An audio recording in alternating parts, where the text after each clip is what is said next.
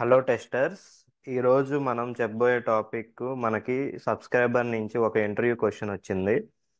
So ఏం అడిగారంటే సబ్స్క్రైబర్ని ఇంటర్వ్యూలో, what are the issues you faced while developing test cases and how do you resolve them? Okay.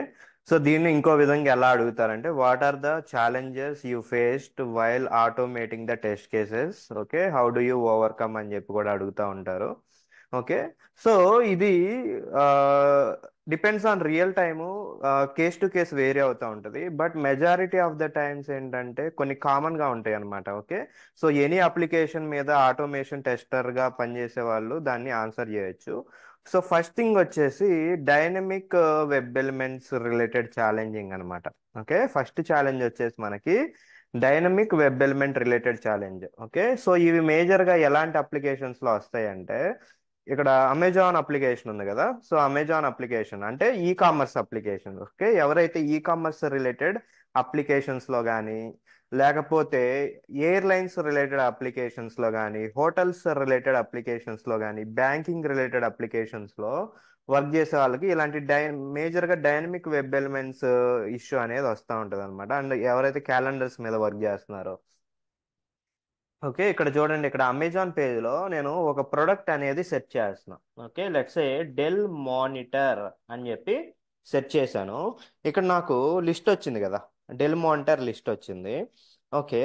So ఈ లిస్ట్లో నాకు స్పెసిఫిక్గా, ఓకే, ఇక్కడ నాకు చూస్తే ఆర్డర్, ఓకే, ఆర్డర్ అనేది నేను వ్యాలిడేట్ చేయాలనుకో, ఫర్ సపోజ్. ఓకే, ఏ బేస్ మీద నాకు ఆర్డర్ అనేది ఇక్కడ డిస్ప్లే అయింది? ప్రైస్ బేస్ మీద డిస్ప్లే అయిందా, లేకపోతే నేమింగ్ రిలేటెడ్ ఆల్ఫాబెటికల్ మీద డిస్ప్లే అయిందా, లేకపోతే రేటింగ్స్ బేస్ మీద డిస్ప్లే అయిందా? ఓకే. సో ఈ పర్టికులర్ ఫంక్షనాలిటీ ఏదైతే ఉందో అది నేను వ్యాలిడేట్ చేద్దాం అనుకుంటున్నాను. ఓకే. సో ఈ రోజు, ఓకే, ఆర్డర్ నేను స్టాండర్డ్గా ఒక టెస్ట్ డేటా ప్రిపేర్ చేసి పెట్టుంటే, రేపు ఆర్డర్ అనేది చేంజ్ అయిపోయింది. మళ్ళీ సేమ్ డెల్ మానిటర్ అనేది నేను సెట్ చేసినప్పుడు రేపు నాకు మళ్ళీ ఆర్డర్ అనేది చేంజ్ అయిపోతుంది అనమాట. ఎందుకంటే కొత్త ప్రోడక్ట్స్ యాడ్ అవ్వచ్చు, ఉన్న ప్రోడక్ట్స్ డిలీట్ అవ్వచ్చు. ఓకే. లేకపోతే స్టార్ రేటింగ్ మళ్ళీ డిఫరెన్స్ ఏమన్నా వచ్చినా కానీ ప్రొడక్ట్ ఆర్డర్ అనేది మనకి వేరీ అవుతూ ఉంటుంది అనమాట. ఓకే. సో ఇలాంటి కేసులో ఏంటి, ఒకసారి ఇన్స్పెక్ట్ చేస్తున్నా చూడండి దీన్ని.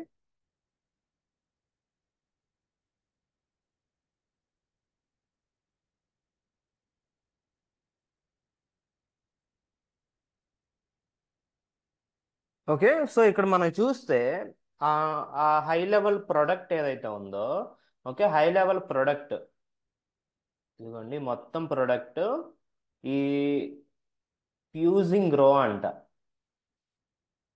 ఓకే, ఈ మొత్తం ప్రోడక్ట్ ఇందులో ఉంది. ఏ సెక్షన్ అంట, ఇక్కడ ఆఫ్టర్. ఓకే, మొత్తం ప్రోడక్ట్ ఇందులో ఉంది. ఓకే, ఇది చూడండి, ఏది మీనింగ్ఫుల్ గా లేదు. ఏమంటుంది? POS card container, S card container, S overflow. So ఏది ఈ ప్రొడక్ట్ రిలేటెడ్ టెక్స్ట్ ని రిప్రజెంట్ చేయట్లేదు. అఫ్ కోర్స్ ఇంటర్నల్ గా మనకి డివ్ ట్యాగ్స్ లోకి వెళ్తే టెక్స్ట్ ఉంటుంది. ఓకే, అలా కాకుండా మనం, ఓకే, ఇలా డైనమిక్ గా ఉంటే ఎలాంటి ఇన్ఫర్మేషన్ లేకుండా మనం ఆర్డర్ ని వెరిఫై చేయాలంటే ఇలాంటి అప్లికేషన్స్ కి, ఓకే, ఇలాగ డైనమిక్ గా చేంజ్ అయిపోయే అప్లికేషన్స్ కి, ఓకే, అంత ఈజీ కాదనమాట.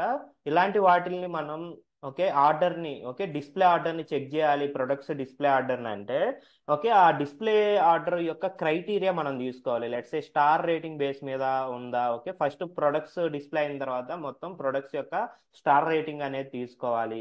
లేకపోతే ఏదైతే డెలివరీ డేటు ఎర్లీగా చూపిస్తుందో ఆ డెలివరీ డేట్ చూపించేది ఫస్ట్ డిస్ప్లే అవుతుందా? ఓకే, ఏదైతే పారామీటర్ ఉంటుందో డిస్ప్లే ఆర్డర్కి, ఆ డిస్ప్లే ఆర్డర్ పారామీటర్, ఓకే, మొత్తం డిస్ప్లే అయిన ఆర్డర్స్లో నుంచి ఆ పారామీటర్ కన్సిడర్ చేసుకొని దాన్ని బట్టి మనం సార్ట్ చేసుకొని వన్ బై వన్ ప్రోడక్ట్ ఆర్డర్లో ఉందా లేదా అని చెప్పి మనం వెరిఫికేషన్ అనేది చేసుకోవాలన్నమాట. ఓకే. సో ఇది one of the major challenge, కొంచెం టైం కన్జ్యూమింగ్ అనమాట.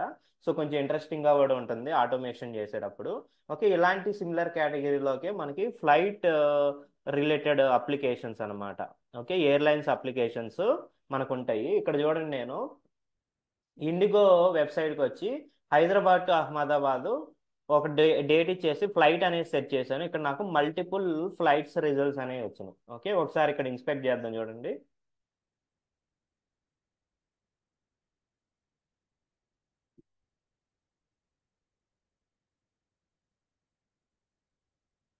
ఉమ్. ఇక్కడ చూడండి, ఈ ఓవరాల్ మనకి దేని కింద ఉంది, search results page, search results list item.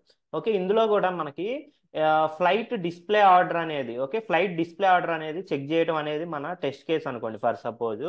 Okay, verify flight display order is properly following the order or not అనేది మన టెస్ట్ కేస్ అయితే, ఇక్కడ మనకి డైనమిక్ గా ఉన్నాయి. ఓకే, ఈ రోజు ఈ ఫ్లైట్ ఉన్నది, ఓకే, నెక్స్ట్ ఒక 1 అవర్ తర్వాత ఈ ఫ్లైట్ అనేది హౌస్ఫుల్ అయిపోతే ఈ ఆర్డర్ అనేది మేబీ చేంజ్ అయిపోవచ్చు. ఓకే, మళ్ళీ ఫిల్టర్స్ నేను నాన్ స్టాప్ తీసేసి ఓకే రౌండ్ ట్రిప్ అలా పెట్టాను అనుకోండి ఫర్ సపోజ్ డైరెక్ట్ ఫ్లైట్స్, మళ్ళీ ఈ ఆర్డర్ అనేది చేంజ్ అయిపోతూ ఉంటుంది అనమాట. సో ఏ పారామీటర్ బేస్ మీద అయితే ఈ ఆర్డర్ అనేది చేంజ్ అవుతుందో ఫస్ట్ ఉన్న ఫ్లైట్స్ మొత్తాన్ని ఆ పారామీటర్ బేస్ మీద మనం సార్ట్ చేసుకొని దాన్ని 1 బై 1 ఉన్న ఫ్లైట్స్ లో మనం వాలిడేషన్ అనేది చేసుకోవాలన్నమాట. Okay, so some what time consuming and typical గా కూడా ఉంటుంది. ఓకే, సో ఇలాంటి ఆటోమేషన్ కనుక మీరు ఆల్రెడీ ఇన్వాల్వ్ అయి ఉంటే కనుక మీకు మంచి ఎక్స్పీరియన్స్ అనేది ఉంటుంది. అట్ ద సేమ్ టైం ఇంటర్వ్యూలో మీరు రియల్ టైం మేనర్లో చెప్పడానికి కూడా ఎక్కువ స్కోప్ ఉంటుంది. ఓకే, సో ఎవరైనా మిమ్మల్ని ఇంటర్వ్యూలు అడిగితే ఖచ్చితంగా ఇలాంటి ఓకే డైనమిక్ సార్టింగ్ చేసాము, దానికోసం మేము హ్యాష్ మ్యాప్స్ యూజ్ చేసి డిఫరెంట్ వాలిడేషన్స్ చేసాము అని చెప్పి కొంచెం మీరే కొంచెం ఫ్రేమింగ్ చేసుకొని ఇన్ డీటెయిల్ గా చెప్పడానికి ట్రై చేయండి. చాలా ఇంటర్వ్యూ ఇంప్రెస్ అవడానికి ఛాన్స్ ఉంటుంది. నెక్స్ట్ ఇంకోటి హోటల్స్ అప్లికేషన్ అనమాట. ఓకే, ఇందులో కూడా మనకి డైనమిక్ గా హోటల్స్ అనేది డిస్ప్లే అవుతా ఉంటుంది. ఓకే, నేను చెప్పిన పెట్టిన లొకేషన్ బట్టి, డేట్స్ బట్టి, ఓకే, ప్రైస్ రేంజ్ బట్టి హోటల్స్ ఆర్డర్ అనేది చేంజ్ అవుతూ ఉంటుంది. ఇది కూడా సిమిలర్ కేటగిరీ కిందకి వస్తుంది అనమాట. ఓకేనా, సో ఫస్ట్ థింగ్ వచ్చేసి challenging with the dynamic web elements sorting అనమాట. ఓకే, అది అప్లికేషన్స్ ఏంటంటే మనకి ఎవరైతే ఈ కామర్స్ మీద పెట్టారో okay ecommerce applications work out అవుతాయి. Flight, airlines related, hotels related, banking related అనమాట. అంటే కస్టమర్స్ ని ఫిల్టర్ చేసినప్పుడు డిఫరెంట్ కస్టమర్స్ వస్తారు కదా, సో ఆ కస్టమర్స్ ఏ ఆర్డర్లో డిస్ప్లే అవుతారు ఏంటి, ఓకే, లోన్స్ రిలేటెడ్ డేటా, ఇవన్నీ మనకి సార్టింగ్స్ రిలేటెడ్ డైనమిక్ వెబ్ ఎలిమెంట్స్ తో ఛాలెంజింగ్ అనేది ఉంటుంది అనమాట. ఇది ఫస్ట్ థింగ్. నెక్స్ట్ వచ్చేసి మనకి చెక్ బాక్సెస్ అనమాట. ఓకే, ఇక్కడ చూసారు కదా చెక్ బాక్స్, ఒకసారి ఇన్స్పెక్ట్ చేస్తా చూడండి. ఫ్రీ క్యాన్సిలేషన్ అనే చెక్ బాక్స్ ఉంది, దీన్ని ఒకసారి ఇన్స్పెక్ట్ చేస్తున్నాం. ఓకే, ఇక్కడ మనం చూస్తే డైరెక్ట్ గా అది చెక్ బాక్స్. ఓకే, ఈ particular class, okay, class contains అనేది తీసుకోవచ్చు మనకి, ఎందుకంటే మధ్యలో check box, input check box అని ఉంది. ఇంకా కొంచెం ఇంకా ఎడిషనల్ గా మనం అండ్ కండిషన్ పెట్టుకొని రాసుకుంటే ఈ చెక్ బాక్స్ ని మనం లొకేట్ చేయొచ్చు. కానీ కొన్నిసార్లు ఎలా ఉంటుందంటే చెక్ బాక్సెస్ ఈవెన్ మనకి లొకేట్ అయినా కానీ రన్ రన్ టైంలో అవి చెక్ బాక్స్ ని సెలెక్ట్ చేయవన్నమాట. ఓకే, చెక్ బాక్స్ ని సెలెక్ట్ చేయకుండా ఈవెన్ అవి కరెక్ట్ గా మనం ఇన్స్పెక్ట్ చేయకుండా అలా ఉంటాయి అనమాట. అలాంటప్పుడు మనం ఏం చేయాలంటే డైరెక్ట్ గా చెక్ బాక్స్ రిలేటెడ్ కాకుండా కొంచెం ఆ check box before, okay, after related web elements తీసుకొని దాన్ని ట్రయల్ అండ్ ఎర్రర్ మెథడ్ లో చెక్ బాక్స్ ని సెలెక్ట్ చేయడానికి ట్రై చేయాలన్నమాట. సో ఇది కొంచెం ఛాలెంజింగ్ గా ఉంటుంది అనమాట. ఓకే, చెక్ బాక్సెస్ కొన్నిసార్లు మనకి డైరెక్ట్ గా లొకేట్ అయినా కానీ అవి చెక్ అవ్వకుండా ఉండే ఛాన్స్ ఉన్నాయి. అలాంటి టైంలో దాని నియర్ బై వెబ్ ఎలిమెంట్స్ తీసుకొని వాటితో ట్రయల్ అండ్ ఎర్రర్ మెథడ్ వేస్తే గనక మనకి చెక్ బాక్స్ అనేది చెక్ అవుతాయి. సో ఇదొక ఛాలెంజ్ అనమాట. నెక్స్ట్ థింగ్ వచ్చేసి మనకి టెస్ట్ డేటా అనేది ఇంకొక ఛాలెంజింగ్ అనమాట. ఓకే, టెస్ట్ డేటా అనేది ఎందుకు ఛాలెంజింగ్ అంటే కొన్ని అప్లికేషన్స్ ఉంటాయి. ఓకే, ఆ అప్లికేషన్స్ లో మీరు వర్క్ చేసేటప్పుడు ఆ సేమ్ అప్లికేషన్ లో ఉన్న టెస్ట్ డేటాని డిఫరెంట్ టీమ్స్ అనేవి యూజ్ చేస్తూ ఉండొచ్చు అనమాట. ఓకే, డిఫరెంట్ టీమ్స్ అనేవి యూజ్ చేస్తూ ఉండొచ్చు. అలాంటి టైంలో ఏమైంది, మీరు ఈ రోజు ఏదైతే టెస్ట్ డేటా మీ టెస్టింగ్ పర్పస్ కోసం జనరేట్ చేశారో ఆ టెస్ట్ డేటా అనేది వేరే టీం అనేది దాన్ని డిసేబుల్ చేయొచ్చు, లేకపోతే దాని ప్రాపర్టీస్ అనేది చేంజ్ చేయొచ్చు. ఓకే, అలాంటప్పుడు ఆ టెస్ట్ డేటా అనేది మీకు next time test scripts run చేసేటప్పుడు యూజ్ అవ్వకుండా పోతుంది అనమాట. Okay, next time test scripts run చేసేటప్పుడు యూజ్ అవ్వకుండా పోతుంది. ఓకే, అలాంటి కేసెస్లో మీరు ఏం చేయాలంటే మీ కోసం ఎవ్రీ టైం, ఓకే, ఏదైతే మీరు టెస్ట్ కేసెస్ ఆటోమేషన్ చేస్తున్నారో ఓకే ఆ టెస్ట్ కేసెస్తో పాటు మీరు ఒక test data generation tool, okay, test data generation tool లాగా ఒకటి మీరు సెటప్ చేసుకోవాలన్నమాట. అంటే ఏంటి, అదొక ప్రీ రిక్విజిట్ అనమాట. మీకు ఎప్పుడైతే యాక్చువల్ టెస్ట్ కేసు రన్ అవుతుందో దానికి ముందల ఈ టెస్ట్ డేటా అనేది స్పెసిఫిక్గా ఆన్ డిమాండ్లో మీకు జనరేట్ అయిపోయి ఆ జనరేట్ అయిన టెస్ట్ డేటా మీకు టెస్ట్ కేసెస్కి ఇన్పుట్గా పాస్ అవ్వాలన్నమాట. ఓకే, సో ఇదొక ఛాలెంజ్. మీరు ఎలా ఓవర్కమ్ చేశారు ఆ ఛాలెంజ్ని అంటే ఏం చెప్పాలి? Okay, we come up with the solution by generating the test data by ourselves using the test data management script. Okay, test data management script అనేది ఒకటి ఉంది, దాన్ని యూజ్ చేసి మేము ఎవ్రీ టైమ్ స్క్రిప్ట్ రన్ చేసే ముందల ఆ డేటా అనేది నాకు జనరేట్ అయిపోయి మా స్పెసిఫిక్ కండిషన్కి తగ్గట్టుగా నాకు టెస్ట్ డేటా అనేది రెడీ అయిపోయింది. ఆ టెస్ట్ డేటా అనేది నా టెస్ట్ కేసెస్కి ఇన్పుట్గా పాస్ ఆన్ అయ్యి నా టెస్ట్ కేసెస్కి ప్రాపర్ టెస్ట్ డేటా అనేది యూటిలైజ్ చేసుకుంటున్నాము అని చెప్పి అది సొల్యూషన్ మీరు ఓకే మీరు ఇనిషియలైజ్ చేసి దాన్ని అచీవ్ చేశారన్నట్టు చెప్పాలన్నమాట. నెక్స్ట్ థింగ్ వచ్చేసి మీకు డైనమిక్ డ్రాప్ డౌన్స్ అనమాట.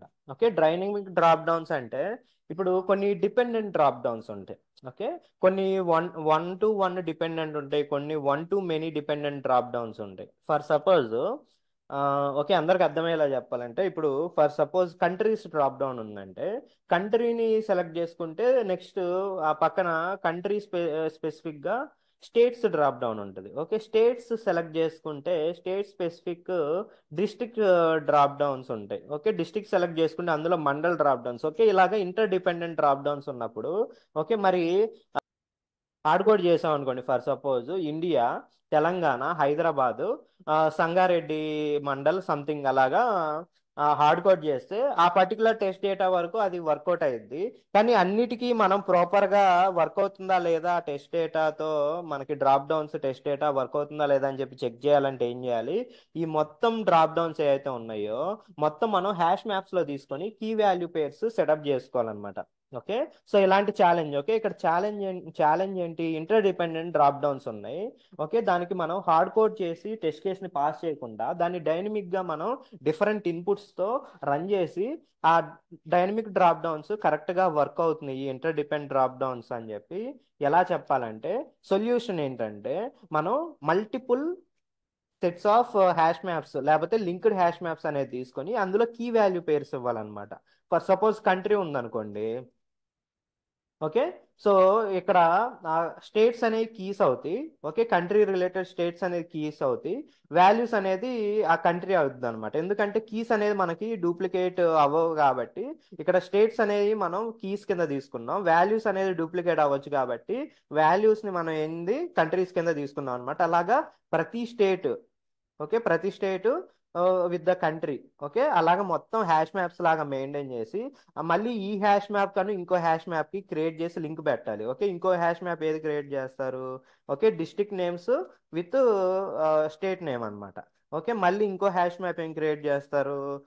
డిస్ట్రిక్ట్ నేమ్స్ విత్ మండల్స్ అనమాట. ఓకే, ఇలాగ multiple sets of hash maps create చేసి ఒక హ్యాష్ మ్యాప్కి ఇంకో హ్యాష్ మ్యాప్కి ఇంటర్లింక్ చేసి మీరు డైనమిక్గా ఓకే మొత్తం ఒక లూప్లో పెట్టేసి డైనమిక్గా మొత్తం టెస్ట్ డేటాని ఒక సింగిల్ ఎగ్జిక్యూషన్లో రన్ అయ్యేలాగా గనక మీరు పెడితే ఓకే అది మీకు ఒక అచీవ్మెంట్ అనమాట.